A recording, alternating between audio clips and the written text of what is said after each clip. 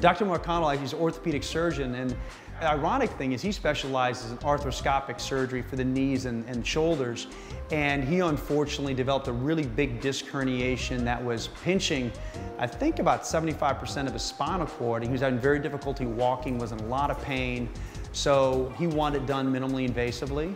And we took him to surgery. Surgery was about an hour, and he was able to get back to operating just in a few days instead of a few months. And that's, again, the main advantage of minimally invasive, because you're not cutting the muscle.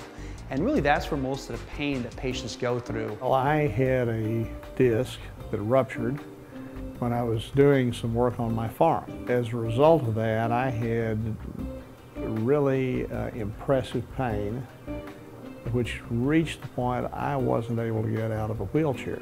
I knew Mike Rimlawi when he was a young surgeon first in practice, and I had seen him in the operating room and was aware of the way that he practiced, and it matched my own philosophy of what a surgeon needs to incorporate in their practice. Regular spine surgery, unfortunately, you have to make a larger incision. You have to take out, believe it or not, the bones and the ligaments to get down to the spinal cord to do your work. Where with minimally invasive, we actually don't disrupt any of the muscle, any of the ligaments. We leave that all alone, and we go in, we go between the muscles, and we get into this little space here, and through this little space, we do all of our work. We can free up the spinal cord, we can take out disc herniations. If there's bone spurs pinching the spinal cord, the nerve, we can free that up.